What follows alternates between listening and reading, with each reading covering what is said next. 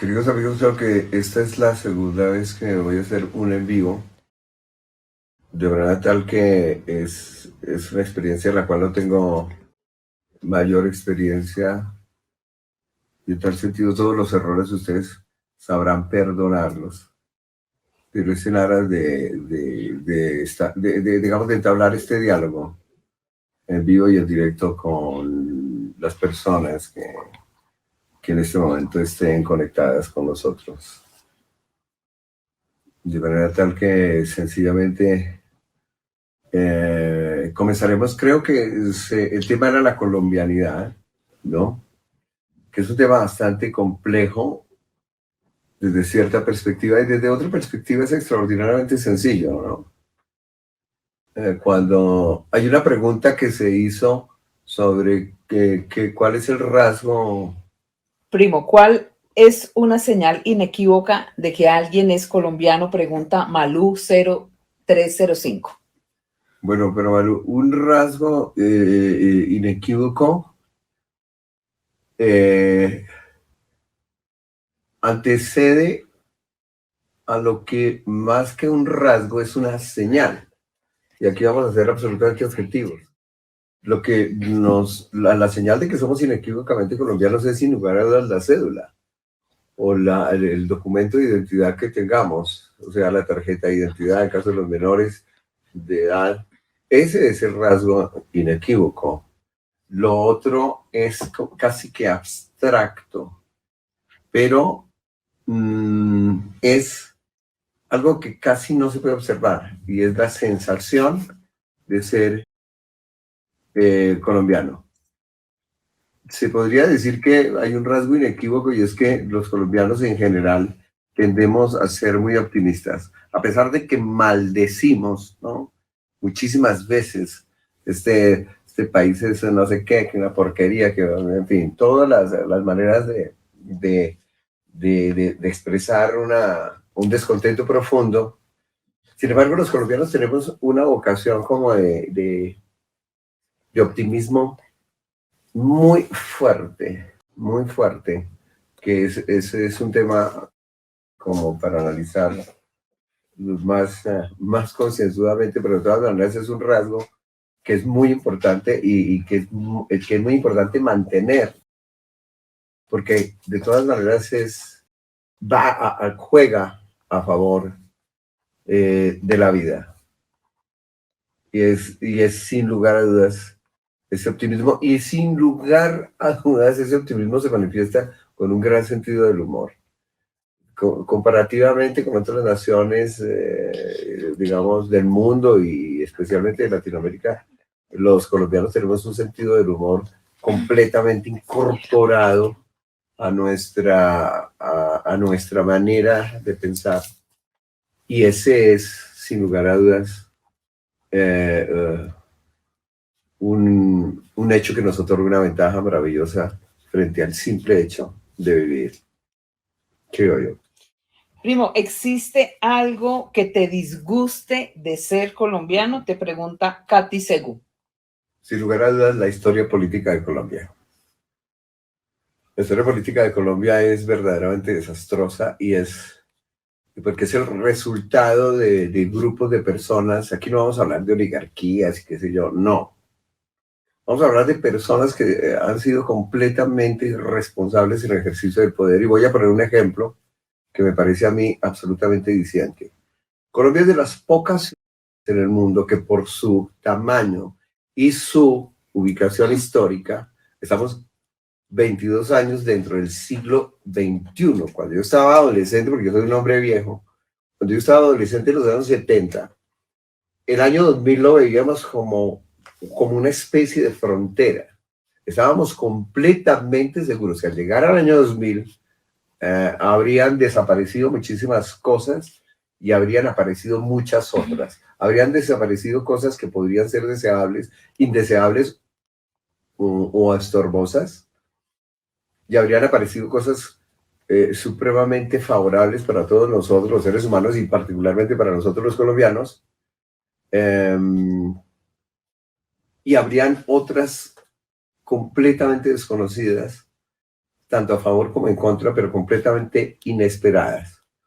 La verdad es que llegó el 2000, digamos en mi época, se pensaba que llegado el año 2000 el matrimonio no iba a existir, porque veníamos de una época absolutamente revolucionaria a nivel social, que fueron los años 60, particularmente en los Estados Unidos y en Europa, pero fundamentalmente en los Estados Unidos, que irrigaron a todo el mundo. Y el matrimonio se había visto como sencillamente un formato completamente anacrónico, más perteneciente a siglos pasados que a un presente que se tomaba como algo muy libertario.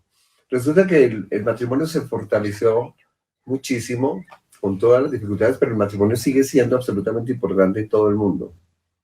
O la unión de pareja sigue siendo muy, muy fuerte, sigue siendo determinante para la sociedad. Se pensaba que en el año 2000 la injusticia social estaría completamente resuelta a favor de los seres humanos, y es todo lo contrario.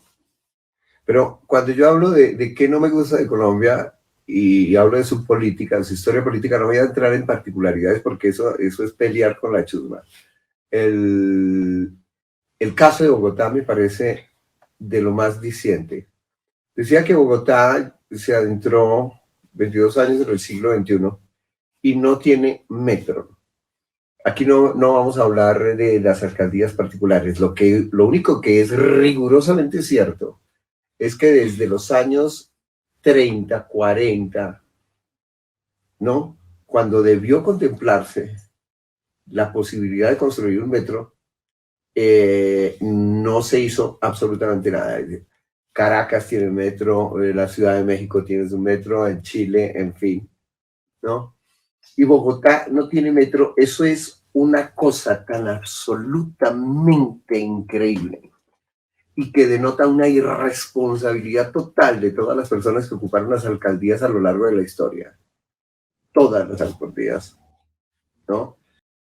Al no afrontar el reto más importante que tenía la ciudad y que todavía lo tiene, no abordarlo cuando todavía era posible, ¿no? Desarrollar un plan que tiene que ver con algo que es absolutamente consustancial para el fortalecimiento de la ciudad, como es el transporte. Por Dios, nosotros vivimos en una ciudad y el transporte en la ciudad la mayor parte de las veces no se puede hacer a pie, tiene que ser siempre a través de vehículos muy veloces para llegar al centro, a los barrios, qué sé yo. Eso implica un fracaso total e indica qué clase de políticos, es decir, eso que se llama genéricamente la clase política, el total fracaso que tiene para la visualización y fundamentalmente para la implementación de acciones que son de carácter fundamental para la sociedad. O sea, a la sociedad importa un pepino, porque en este momento nosotros estamos al borde de un colapso en Bogotá, de un colapso de transporte que se siente venir en cualquier momento. Ya de por sí, cuando nosotros estamos trasladándonos por cualquiera de las vías bogotanas de las principales, se siente que hay una ciudad que está realmente ahogada. Eso es algo, es decir, creo que es lo principal que me molesta de ser colombiano, haber tenido personas en el ejercicio del poder político tan absolutamente incapaces, no solamente a nivel por supuesto, de la ciudad, sino de Colombia en general. Eso es terriblemente molesto. Vanessa Cannon Artunduaga pregunta: si podemos generalizar, ¿cuál es el tipo de sentido de humor de los colombianos?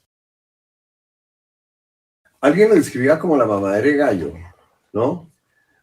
Que es muy sencillo. El tipo de humor de los colombianos, y se aprecia mucho cada vez que hay un hecho demasiado destacado, automáticamente surgen 10.000 chistes, ¿no? En mi época se le llamaba chistes, hoy se le llama, ¿cómo se le llama cuando se hace un humor por la red? Meme. Un meme, bueno, los memes, que tiene que ver con la chispa inmediata. El chisme inmediata. Y uno tiene la oportunidad de ver unos memes que son absolutamente fascinantes. No sé, son personas que están en cualquier parte y tienen una agilidad mental realmente fabulosa. Y ese sentido del humor que es así tan rápido, tan piloso, pero es en segundos que prende, esa es una característica que tenemos todos los colombianos. Y hay unos que tienen verdaderamente un humor ultra desarrollado que hace que cuando hay más de 3 colombianos ya se está tomando el pelo. Automáticamente. No, es imposible resistirnos a la tentación de reírnos de nosotros mismos, sobre todo, y aquí en Bogotá eso es muy fuerte, y esa enorme capacidad de reírnos de nosotros mismos, yo pienso que ha sido parte fundamental de que nosotros no hayamos sucumbido a la tentación de la violencia total, que es siempre tan terrible. Eso me parece bien. Marvallo 1803 te pregunta, ¿los colombianos somos indolentes? No, yo creo que no somos indolentes a pesar de que parece. Lo que sucede es que vivimos en un sistema donde la indolencia se nos impone. Es decir, no tenemos lo que pudiéramos llamar la costumbre que podríamos describirla como responsabilidad civil, ¿no? Responsabilidad civil frente, porque la indolencia habla de que uno prácticamente es indiferente frente al dolor ajeno, por ponerlo en el caso más preciso, ¿no? Pero lo que llamamos la indolencia frente a los demás tiene una excusa. Es tan grave la situación a veces en Colombia que compadecerse de las personas que están en una situación difícil o terrible es prácticamente imposible. Es decir, no tenemos como individuos, no tenemos los recursos para ir y ayudar directamente, salvo la limosna, qué sé yo, algún tipo de colaboración. Pero como sistema social, eso no existe, ¿no? No existe. Y sin embargo, todos los colombianos sentimos profundamente los desequilibrios de la nación y particularmente sentimos, pero sin lugar a dudas, de manera consciente o inconsciente, los gravísimos problemas que voy a decirlo en términos así como políticos, que un gran número de compatriotas en este país están sufriendo, padeciendo, que es una verdadera tragedia, ¿no? Pero hay algo mucho más grave. Cuando la indolencia se convierte en algo que se va apoderando de nosotros, hay una indolencia que, aparte de la indolencia frente a los demás, vamos a decirla frente al prójimo, es mucho más grave y es la indolencia frente a nosotros mismos, ¿no? Porque tendemos a descuidarnos como personas, tendemos a no preocuparnos sobre lo que es verdaderamente importante para nosotros, ¿no?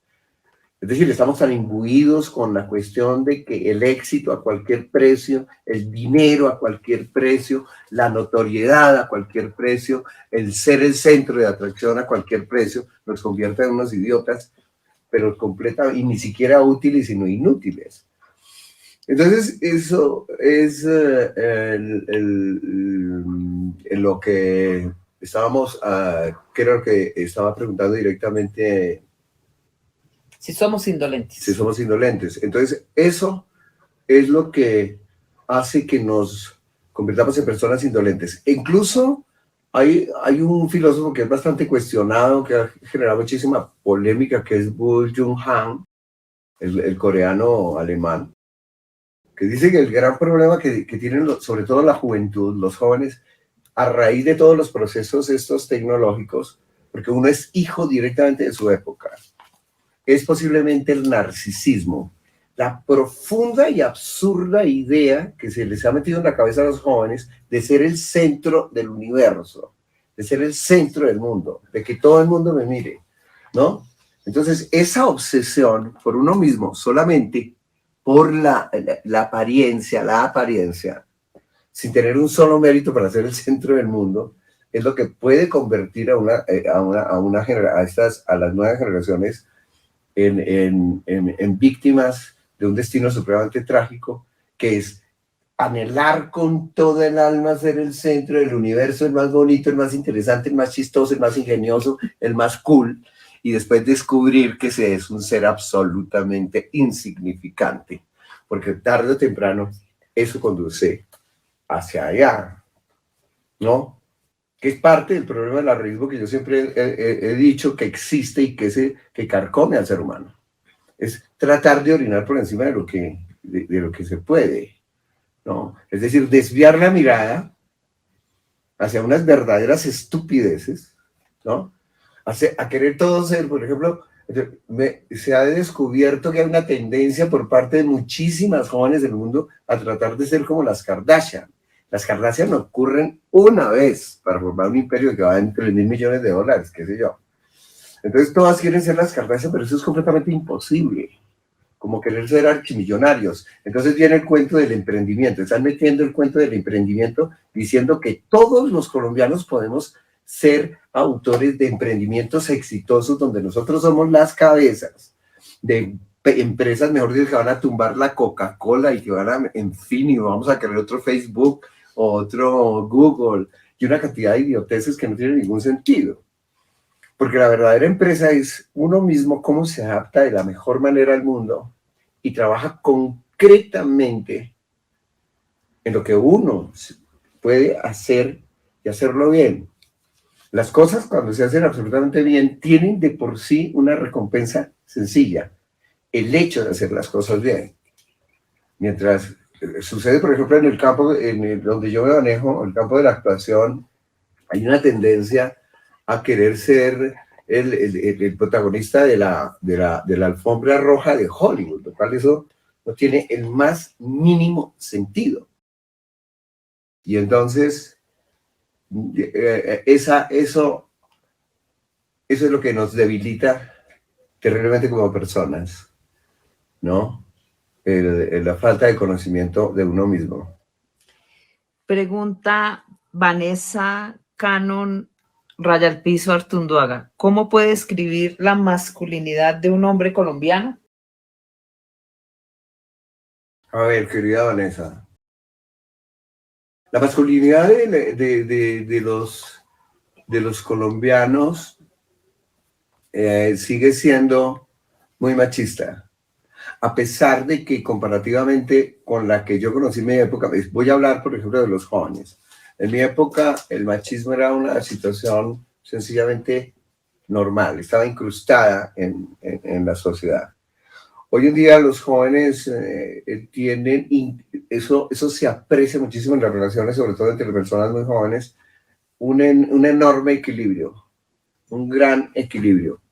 Pero sin embargo, el machismo sigue siendo muy, muy, muy, muy fuerte. El querer, el tener el sentido digamos, del poder, sigue siendo una fuente de machismo muy, muy intensa. Porque nosotros, la gran condena, y lo peor es que se piensa que eso es una decisión puramente individual. Claro, todas las decisiones finalmente son individuales, pero lo que sucede es lo siguiente: si el machismo prospera, es porque toda la sociedad permite que esa tabla de valores se mantenga. Es decir, hasta que no se desarme completamente el machismo, se desarme el machismo, y el machismo se desarma es desde el hogar, no en la universidad ni en el colegio, sino es en el hogar. Porque el hogar es el que transmite directamente los valores fundamentales, es decir, lo que lo va a uno a estructurar procede del hogar. Es la fuente primaria y la más importante de la vida del ser humano, ¿no? Entonces el machismo está ahí. De ahí que, por ejemplo, cuando se habla del maltrato a la mujer, que es una cosa absolutamente bestial y terrible, la pregunta que se suscita es: ¿quién diablos educó a esos piscos? Esa es la pregunta que tenemos que formular, ¿no? Porque da la impresión de que sencillamente el pisco nació, y es cierto, puede haber unas tendencias genéticas que hacen unos desequilibrios químicos que conviertan a la persona en un ser peligroso. Pero hay que entendernos, eso no puede ser sencillamente que una tendencia de pura maldad masculina. Es que hay una permisividad, es decir, hay una transmisión en cierta permisibilidad por parte también de las madres. Hay demasiada responsabilidad de todas partes, pero es la crianza, porque usted cría a un muchacho, a un hombre, a un varoncito, dentro de unas nociones absolutamente claras que dependen directamente del ejemplo que uno dé, porque la educación no es simplemente sentar cátedra, es dar órdenes y decir: usted tiene que portarse bien y tiene que ser absolutamente lindo y tiene que ser... Uno aprende muy bien es de lo que ve hacer a los padres. Si uno ve contradicciones, que es lo que pasa en Colombia, si uno ve contradicciones en lo que los padres pregonan y la conducta que asumen, es absolutamente peligroso, porque uno asume que la conducta es la que vale. Es decir, cuando los padres hay que ser honrado, pero uno los ve haciendo triquiñuelas y, como dicen, torcidos, que mi padre dice, pero dice torcidos, en cambio dice: sí, la honradez, la honradez, y tu versa por todos lados. Entonces, ahí viene como una especie de esquizofrenia, ¿no? Para los jóvenes, que es por donde se cuelan todas las locuras. Y el machismo está ahí, es en la casa. ¿Qué es lo más bacano entonces de ser colombiano? De ser colombiano, que podemos estar charlando aquí con personas absolutamente maravillosas. No, yo creo que increíblemente, frente a otras sociedades, en Colombia, increíblemente, el factor individual todavía puede desarrollarse con mucha fuerza. Es decir, en ese sentido hay que reconocer que en Colombia los individuos todavía tienen muchísima fuerza. Tenemos muchísima fuerza. Y es una cosa que se tiene que aprovechar al máximo, en todas partes. Porque si usted mira lo que sucede, por ejemplo, en sociedades totalitarias como China, qué sé yo, donde toda la sociedad está absolutamente reglamentada y asfixiada, por Dios, u otros casos de naciones, como ocurre en Centroamérica, las dictaduras, qué sé yo. Todavía en Colombia nosotros tenemos una posibilidad de concentrarnos en nosotros mismos. No me refiero a un egoísmo torpe, estúpido, sino al desarrollo que nosotros podemos tener de nuestras cualidades. Es decir, el hecho de que estemos hablando acá sin que llegue, digamos, fuerzas coercitivas, es decir, que la censura, que se metan, es importantísimo. ¿De acuerdo? Una pregunta primera, y es: ¿cuál es tu característica más colombiana? La tuya. El hecho de ser sexy. Todos los colombianos nos creemos sexys. No, yo creo que el sentido del humor, sin lugar a dudas. Sin lugar a dudas, el sentido del humor es lo que siempre he sentido como una característica mía, pero no solo mía, sino de verdad de todas las personas, porque el sentido del humor no crece solo. El sentido del humor es una cuestión que crece en grupo, o se necesitan por lo menos dos. Claro, uno puede reírse con uno mismo, pero cuando uno puede reírse de uno mismo es que está en un ambiente que favorece demasiado el sentido del humor, ¿no? Eso se ve, por ejemplo, en sociedades como Inglaterra.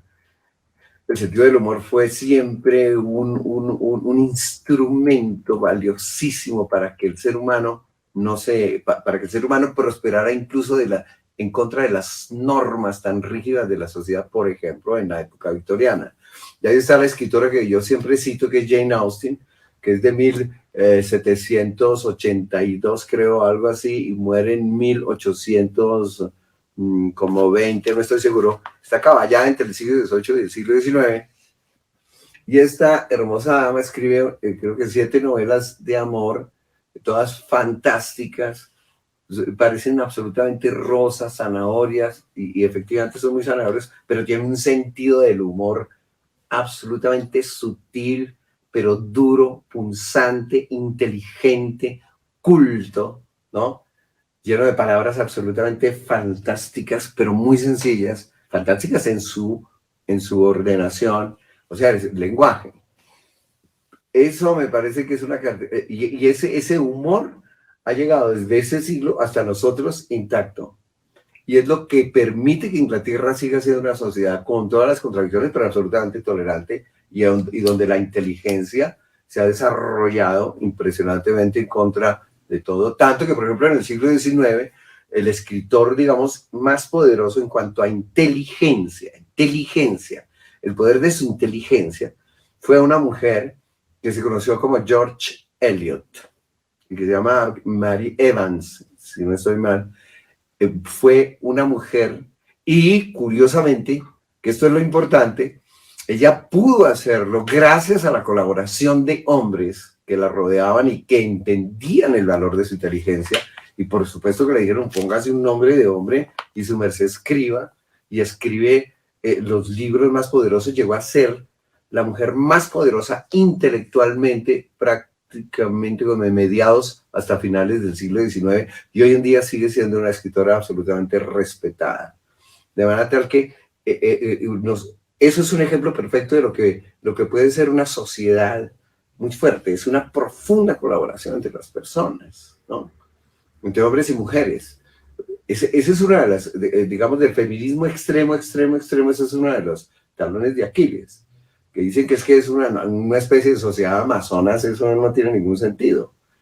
Todo, tiene que ser una fuerza donde los seres humanos nos veamos de tú a tú, hombres y mujeres, por el puente único que nos une realmente: la sensibilidad, la inteligencia, la actitud, el sentido del humor. Esas son las verdaderas cosas que nos unen. Y el sexo sí nos une muy bien. Hablando de esa unión, ¿cómo le explicarías tú a un ñero de Santa Fe el concepto de la aristocracia del espíritu? Que viera una camiseta de Millonarios. No, mentira. La aristocracia del espíritu, por supuesto. No, las grandes lecciones que me han dado precisamente los hinchas de Santa Fe, que ha sido una de las bromas más divertidas que yo he hecho, pero no porque la broma mía sea divertida, sino por como muchísimos hinchas de Santa Fe la han tomado. Creo que son ellos principalmente los que dan la talla de lo que es la aristocracia del espíritu, cuando me dicen muchos, incluso a veces me han detenido en la calle para decirme: no, pero a ver, hace rato que no nos nombras, ¿por qué no te inventas más cosas? Porque yo, sobre los hinchas de Santa Fe, jamás digo cosas feas, nunca. Digo cosas que mal gusto, les atribuyo el mal gusto, pero atribuirnos el mal gusto es absolutamente divertido. Que era como lo hacían en los buenos tiempos los hinchas de Santa Fe y de Millonarios, que se agarraban a ver cuál hacía quedar más mal a los otros, pero era en términos de ingenio. Entonces decían que estos parecían un Papá Noel lleno de paquetes, no qué sé yo. Era algo supremamente divertido. Cuando se pasan las barras bravas es cuando la cosa decae y se convierte de una cosa que es un juego en una lucha completamente ciega y estúpida. A mí me parece que la aristocracia, sin lugar a dudas, surge cuando los amigos o conocidos o personas desconocidas que son hinchas de Santa Fe se ríen muchísimo de las tonterías que yo digo, como cuando yo dije que les fascinaba el herpo, que además que adoran a la madre, que a la madre siempre dicen madrecita, bueno, una cantidad de cosas que son todas de muy mal gusto, que no saben bailar, que 10.000 cosas que a la postre son supremamente divertidas. Y eso, básicamente, la aristocracia del espíritu. La aristocracia del espíritu es, sin lugar a dudas, el ejercicio libre de la inteligencia. Y ese me parece el mejor ejemplo de aristocracia del espíritu, la actitud de tantos amigos de Santa Fe que disfrutan enormemente de todas las baboserías que yo me invento sobre ellos, pero que siempre son absolutamente blancas, jamás una agresión estúpida, nunca. Siempre es además que a ellos les gusta mejor viajar en flota antes que en avión privado, no sé por qué, pero es así. Astrid Bernal pregunta, ¿por qué los jóvenes colombianos tienen cada vez más mascotas y menos hijos? Yo creo que es una tendencia en todo el mundo y la respuesta es porque crear una mascota es muchísimo más fácil que crear un hijo. Además porque se ha ido apoderando lentamente de gran parte de la juventud. Es la primera vez que ocurre, no es la primera vez en la historia, pero sí en lo que pudiéramos llamar la historia reciente, se ha apoderado de los jóvenes una profunda desconfianza respecto al futuro. O sea, se plantea, por ejemplo, todo desde los desastres climatológicos que ya empiezan a manifestarse, la pandemia que acabamos de vivir, que seguimos viviendo, por supuesto, en gran medida. Todo eso hace que se mire el futuro con profunda desconfianza, como exactamente está pasando en los Estados Unidos, al ser los jóvenes en la actualidad son la primera generación, que esto se ha repetido hasta el cansancio, pero es bueno decirlo y repetirlo otra vez, que son la primera generación de norteamericanos, de gringos, que son más pobres que sus padres, desde el inicio de la nación, con todo su ímpetu, podemos decir que desde el siglo XIX. Entonces, ese crecimiento en este momento tuvo una especie de golpe en contra, que son los jóvenes norteamericanos completamente aturdidos por algo que no entienden. Ser más pobres que sus padres, y por primera vez en la historia de los Estados Unidos entrar en las universidades se ha convertido en algo completamente difícil, muy diferente a lo que ocurría, por ejemplo, en los años 60 y 70, donde todas las universidades eran sencillamente lugares a los cuales se podía acceder o no acceder, pero se hacía el rechazo a los estudios universitarios, se hacía porque uno como ser humano tenía otros intereses que no eran necesariamente los universitarios, y mucho más en Estados Unidos, que tenía tantas opciones para los jóvenes. Entonces esa desconfianza se traduce, por supuesto, en el hecho de que no se quiere uno comprometer con un hijo, sobre todo cuando en la sociedad se ha convertido en un hecho tan difícil mantener muy bien un hijo. Cuando pensamos que posiblemente es más costoso mantener un niño en un jardín, en un colegio, que en una universidad, eso hace que la cosa sea completamente difícil, muy difícil. No son los niños que sencillamente crecían en la casa y qué sé yo, al lado de la mamá, no. Es cada vez más complicado. Mientras que las mascotas van a ser absolutamente predecibles la mayor parte de su vida. Es decir, un perrito, un gatico son una compañía fiel, permanente, cálida, pero es extraordinariamente estable. Es muy difícil encontrarse con un gato drogadicto, por ejemplo, o un perro drogadicto que salen, que se pusieron de mal genio, que se deprimen, es decir, claro, los animales se pueden deprimir, pero son muy predecibles y relativamente fáciles de mantener, y son una compañía maravillosa para las personas. Cada día es más creciente el profundo amor que se siente por las mascotas, y son muy estables y lo quieren a uno. Y si son perros, que los perros son pero absolutamente cariño a toda hora. Entonces es entendible, pero es el miedo hacia el futuro.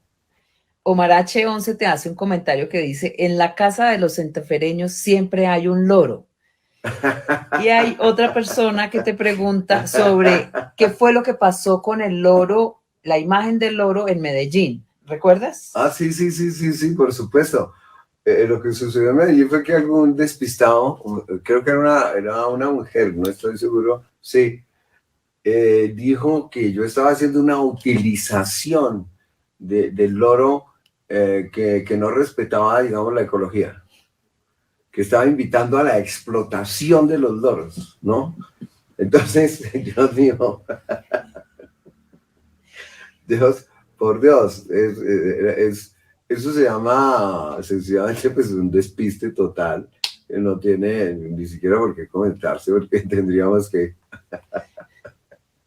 no, es decir, es absurdo, es completamente absurdo. El loro es un símbolo estético, una creación estética. ¿Sería correcta la apreciación si yo saliera con un loro de verdad y nos maltratara para que hablara o hiciera monerías o hiciera chistes? No, jamás. Pues, eso, yo podría haber empleado una piedra, podría haber como empleado un marciano, solo que me pareció que era el personaje indicado simbólicamente por la tradición cultural que tiene Colombia. No olvidemos que la novela de pronto más perfecta de Gabriel García Márquez, que es El amor en los tiempos del cólera, se inicia con un loro, ¿no? Y además él exagera las cualidades de ese loro, ¿no?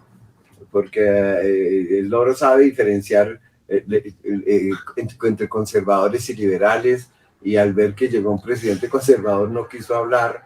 Todo esto, eso es una creación literaria, que no tiene nada que ver con los loros o con el maltrato de los animales tan terrible que ocurría, y yo no sé si todavía ocurre, yo espero que no, en los circos.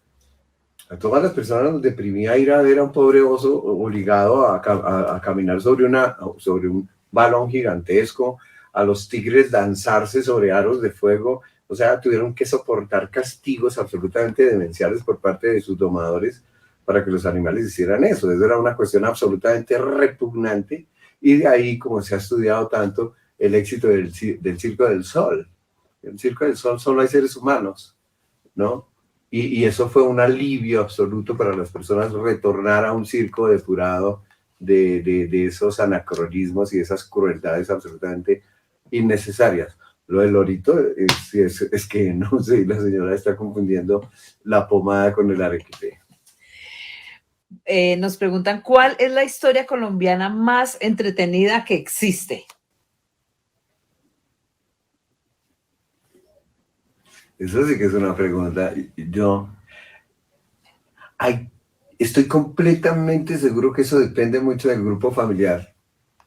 A mí siempre me ha parecido que las historias más entretenidas son la que los colombianos tenemos en familia, ¿no? Hay unas, pues obviamente la historia más entretenida podría ser la de los Buen Día Enchinados de Soledad, por decir algo. Pero ya a mí me parece que lo más interesante son las historias que a veces uno cuenta de los papás o de un tío, es decir, algún miembro de la familia. Y cada familia en Colombia, salvo que sean familias completamente descompuestas, por Dios, pero casi siempre en las familias nosotros tenemos una anécdota del papá, que realmente en Colombia tendemos más a burlarnos del papá, del tío, que de la mamá, ¿no? Todavía la mamá sigue siendo intocable. Yo sí me burlo de mi mamá toda hora. Pero esas historias divertidas son las que crean, digamos, unos vínculos supremamente hermosos. Nosotros conocemos, yo tengo una amiga que tiene un papá que una vez preparó una sopa horrible. Yo no sé quién lo inventó, él quiso hacer algo auténtico, se puso a hacer una sopa de pata, Virgen Santísima, fue un desastre total, ¿no? Eso parecía caucho. Yo fui invitado al almuerzo y eso, habíamos varios invitados, y esa vaina no se la comía nada, de ahí solo servía para hacer ruedas. Y esa historia es divertidísima. Creo que es una de las historias más divertidas que he conocido, y le pasó a unas amigas con el papá. Y por supuesto que lo disfrutamos delante del papá, porque el papá es el que además se ha reído muchísimo. Eso me parece que es absolutamente Fascinante. Las historias que podemos contar de los papás y de los tíos y que lo comparte uno con ellos porque no se hace de espaldas de ellos, sino se hace de frente, porque hay un gran sentido de tolerancia, diversión y siempre es en términos supremamente amorosos. Jorge Humberto Arrieta pregunta, ¿cómo no perder la esperanza de una mejor Colombia? Creo que ahí lo más importante es fijarse en uno mismo. Es decir, la esperanza en Colombia, de una mejor Colombia, no puede ser abstracta, no puede ser producto de un plan, digamos, externo o que venga del Estado simplemente, sino que ahí viene, es una pregunta supremamente interesante. Creo que la mejor Colombia tiene que ser uno mismo, uno. Entonces viene la responsabilidad con uno mismo para perfeccionarse, si se quiere utilizar esa palabra, pero para desarrollarse de la mejor manera, porque en la medida que uno se desarrolla, suena un poco extraño, pero en la medida que uno se desarrolla muy bien como persona, se está desarrollando Colombia. Colombia no es algo abstracto. Colombia somos un grupo de muchos millones de individuos. Esa es la única manera de mantener la esperanza. Es decir, la perfección de uno mismo. Porque la perfección de uno mismo no se trata de una competitividad mortal, pues no. Es un sentido profundamente humano que, por supuesto, empieza con el respeto a uno mismo, que es tan importante, porque cuando su merced es una excelente persona, con toda seguridad lo va a hacer prácticamente con todas las otras personas, ¿no? No estamos hablando simplemente del exitoso, porque uno exitoso puede ser, un delincuente puede ser exitoso. No. Estamos hablando de que uno desarrolla su personalidad con base en lo que se conoce como valores, que hoy en día parecen como una cosa de viejitos, como una camándula. No. Es algo tan vivo y actuante como que es, a propósito, la única posibilidad de hacer perdurar, de que la esperanza no se convierta simplemente en una visión triste y bueno, esperanza, es como, ¿será que sí o que si no? Una cosa tan incierta, sino más bien en un sentimiento muy seguro de lo que yo puedo hacer. Esa es la única cuestión, es yo qué puedo hacer como individuo por mejorar el asunto. Y como individuo, la única manera para mejorar el asunto es la perfección misma de uno. Porque es la única manera que uno entre en relación una relación muy venturosa, muy importante, con todas las otras personas con las que uno se tropieza. Eso es importantísimo. La única esperanza es uno mismo como individuo. Y por supuesto, como colombiano, porque vivimos en Colombia. Primo, ¿cuándo veremos de nuevo la obra de cómo un pobre entierra a la mamá en vivo? Es algo que en este momento estamos pensando aquí con el equipo y creo que va a ser muy pronto porque me sorprende muchísimo en cierto sentido, yo no sé cómo entenderlo, pero como el afecto que muchas personas le tienen a este trabajo. Es posiblemente el trabajo más extraño que yo he hecho en toda mi vida, por su origen, por cómo se dio, cómo saltó al escenario. Estamos considerando en ponerlo pero muy pronto, de manera tal que, y además es algo que me parece muy hermoso de parte de las personas que lo quieran volver a ver en vivo y en directo, y les aseguro que estamos haciendo todo lo posible porque es demasiado honroso para nosotros que todavía se recuerde semejante esperpento de obra. Pero es algo muy hermoso, sin lugar a dudas, y muy pronto la vamos a subir. ¿Te consideras tercermundista? No, por supuesto que no.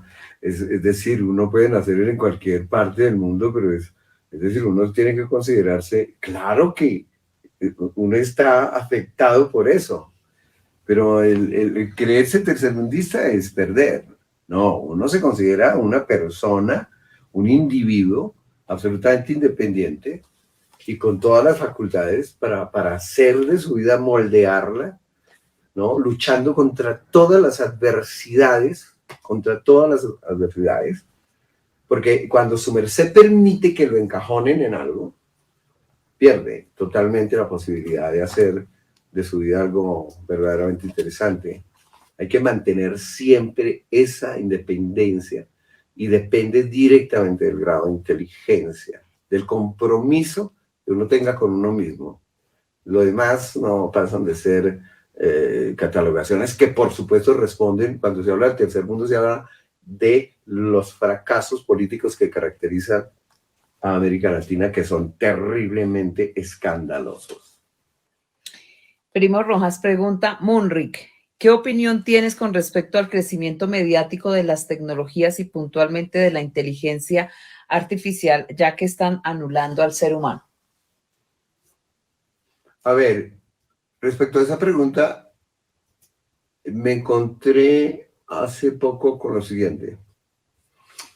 Se habla en estos momentos de que la humanidad, de no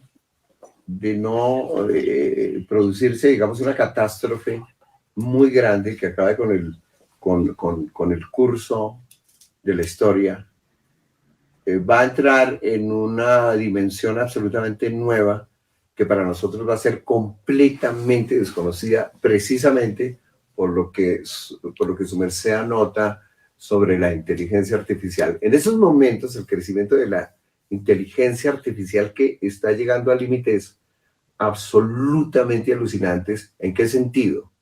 Por ejemplo, hay una cantidad de acciones que son producto de decisiones de las máquinas, en este caso, digamos, de todo lo que pudiéramos llamar la computación, donde los seres humanos, incluso los más dotados ingenieros, equipos de ingenieros, ya no saben cómo fue que las máquinas llegaron a esas decisiones por las 10.000 millones y millones y millones de operaciones que están implícitas en eso. Entonces es como desenredar eso, es prácticamente imposible. Pero se asocia a eso un hecho también absolutamente nuevo en la ciencia, que es la edición genética. Que los Estados Unidos, por ejemplo, el equipo de la científica más importante que en este momento tiene Norteamérica, que se llama Jennifer Doudna, con su equipo, logran lo que se llama la edición genética. La edición genética es prácticamente ya poder moldear un ser humano a nuestro gusto. Alto, bajito, qué sé yo, inteligente, genio, colores de ojos, en fin. Entonces, cuando se unan esos dos factores, que es decir, en términos históricos va a ser muy, muy pronto, yo no lo voy a ver, por fortuna creo yo, no. Entonces nos vamos a encontrar con una humanidad que no entendemos ni podemos entender en este momento por las dimensiones de lo que se avecina. Sí creo que es uno de los grandes retos. De ahí que hay que cuidar tanto la humanidad que nosotros todavía conocemos, es decir, sentir como nosotros sentimos, porque como ya sabemos, el gran problema que tiene en este momento la tecnología, la que nos llega directamente, es que cada uno de los seres humanos está recibiendo un mundo que ha sido diseñado por una computadora para él. Entonces, el sentido de globalidad, el sentido de humanidad puede perderse porque hay una dispersión de mundos, es decir, hay millones y millones de mundos que no conectan. Entonces la realidad se evapora. Y eso es lo más peligroso, porque todos queremos tener la razón y resulta que no lo tiene ninguna. Y la máquina ahí es cuando entra a operar por nosotros. Hay dos preguntas que se unen aquí que se dice, con todo respeto, ¿qué se siente ser un influencer a tu edad y por qué eres el mejor comediante del mundo entero? El mejor comediante del mundo entero porque soy chistosísimo. No, yo no creo que sea de ninguna manera. Pero hay una cosa que sí, es decir, yo creo es que me fascina el trabajo que yo hago, pero en el sentido del compromiso que me obliga. Yo trato por todos los medios de alimentar hasta el máximo mi trabajo como corresponde con cualquier trabajo. Entonces mi compromiso es por supuesto con el público, no hay otra razón. de ser. Entonces hay una preocupación como constante, a mí eso me gusta. Hay un término que a mí me encanta mucho por lo que implica en la realidad, que se llama la inversión, invertir en lo que uno está haciendo para mejorarlo, por supuesto. Claro que se cometen todos los errores del mundo, qué sé yo, pero esa conciencia de lo que es la inversión, la investigación permanente, el mejoramiento permanente, que tiene que ser un objetivo hasta el último instante, porque cada día se demuestra que los que somos viejos, curiosamente, los que envejecemos, no tenemos que estar metidos en moldes específicos. No estoy hablando del abuelo bailarín, que es que yo voy a ir para discoteca y no sé qué, y no sé, voy a empezar a salir con niñas de 15, no. A lo que me refiero es a que uno desarrolla una serie de potencialidades y las mantiene hasta que algo se interpone, como decir la muerte, una enfermedad terrible, qué sé yo, que interrumpe. Pero mientras uno tiene en sus manos la posibilidad de manejar su vida, tiene que hacerlo. Y hay un enorme, digamos, un factor, tal vez posiblemente lo único interesante, muy interesante que tiene la vejez, porque la vejez es un derrumbe, eso es imparable, es lo que se conoce como la famosísima experiencia.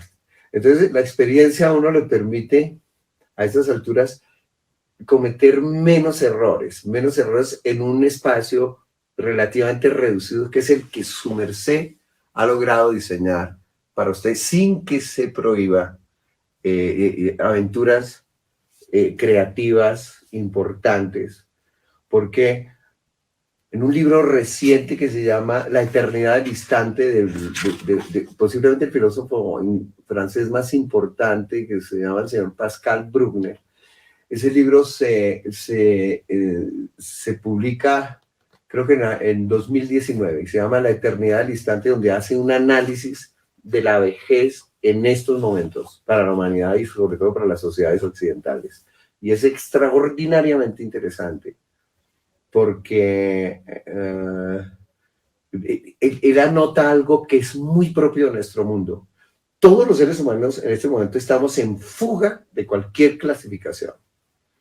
Por ejemplo, a nivel sexual, hay una cantidad de personas que se niegan a ser hombre o mujer, entonces hay no sé qué, solamente a nivel de sexualidad hay una cantidad de expresiones que, por ejemplo, en mi época de juventud eran completamente impensables. En mi época habían hombres y mujeres y todo lo demás, incluso se decían marica, era impensable porque era un fenómeno de la naturaleza que había que apartar y qué sé yo, una cantidad de idioteces que en ese momento eran que tenía la fuerza de una ley casi que escrita, e incluso hasta hace poco la homosexualidad podía ser considerada un delito como ocurría en Inglaterra.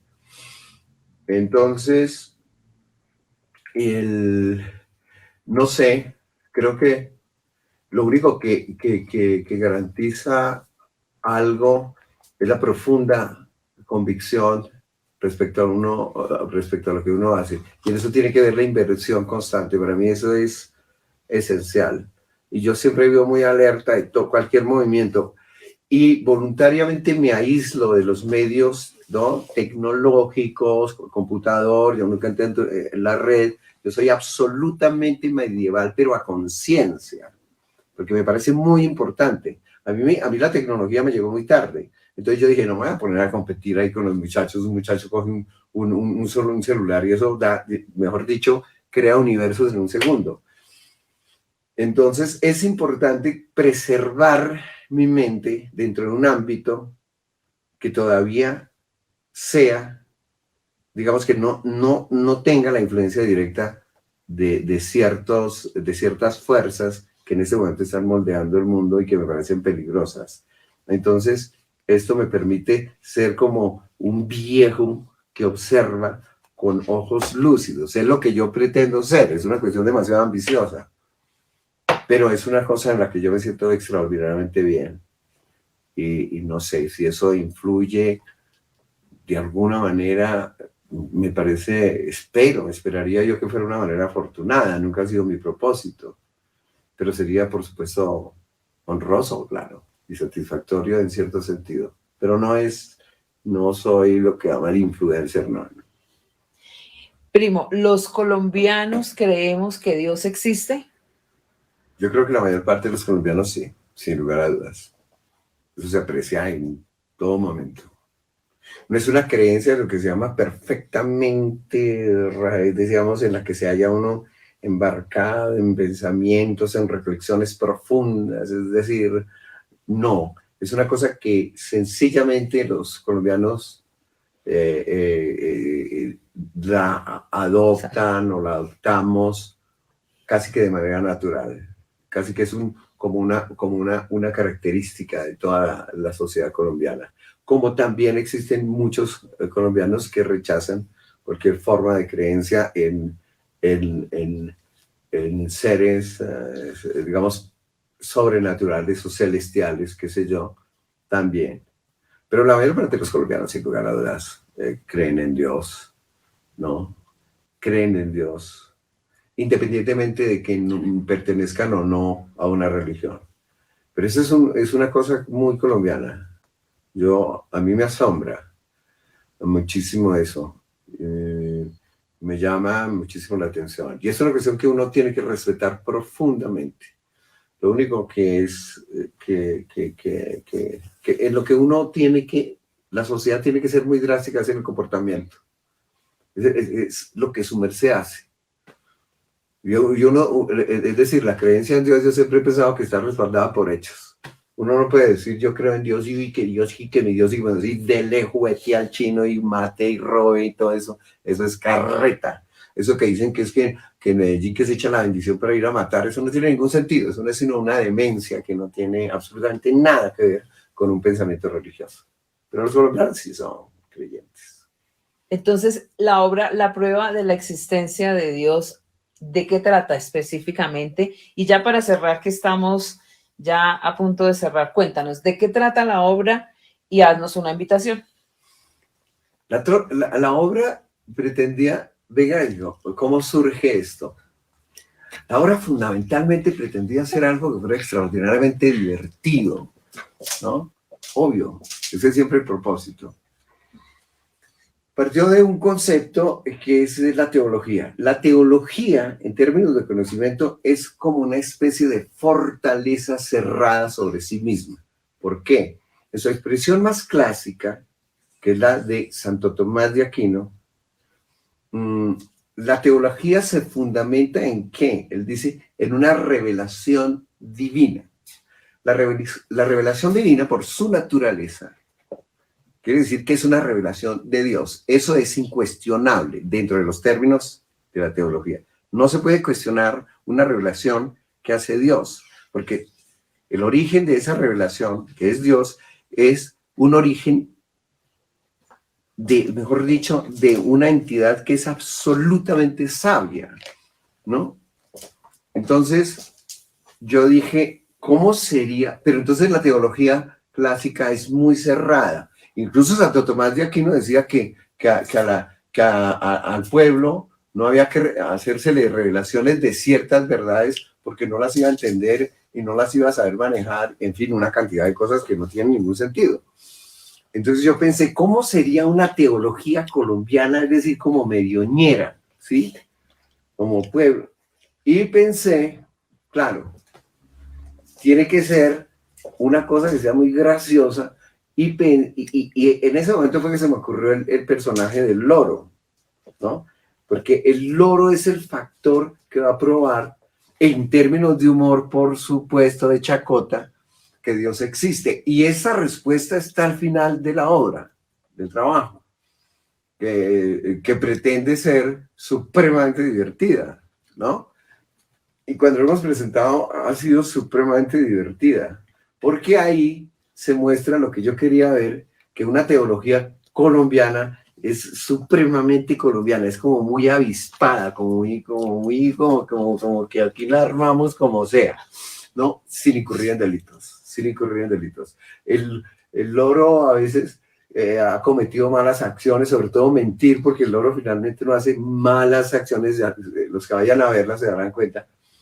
Y finalmente es un hombre, es un lorito muy especial, muy especial. En el fondo se trata de una obra ultra zanahoria que es absolutamente distinguida, como le gustaban las obras a esa excelente amiga mía que acaba de partir, la reina Isabel II de Inglaterra. Entonces, haznos una invitación para ver la obra. Y por último, si nos puedes leer este texto, que es el epílogo de tu libro, donde concluyes algo sobre los colombianos. ¡Ah, caramba! Bueno, vamos a estar en Casa E, en la casa de Alejandra Borrero, todos los viernes y sábados a las 8 de la noche, este mes de octubre y noviembre, con toda seguridad, viernes y sábado, es demasiado fácil. Y la ubicación es preciosa porque es en el Parkway de la Soledad, que es un lugar muy hermoso, muy concurrido. Y es mucho hippie por ahí, pero en fin.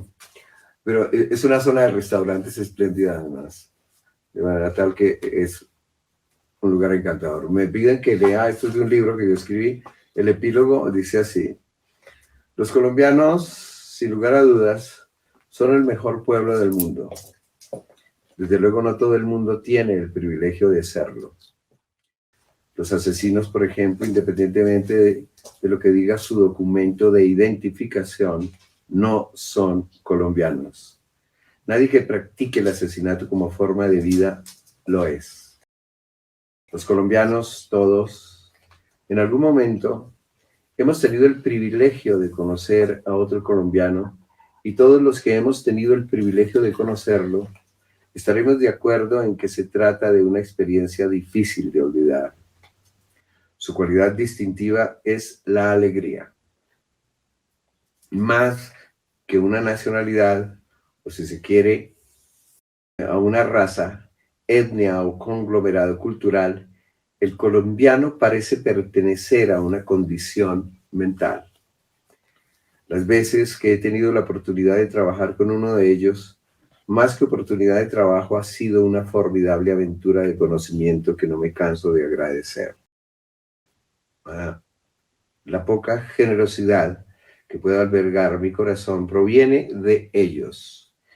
Tienen la rara cualidad de orquestar la realidad de tal manera que todo el peso de la estupidez que a uno siempre lo acongoja, de repente se aligera.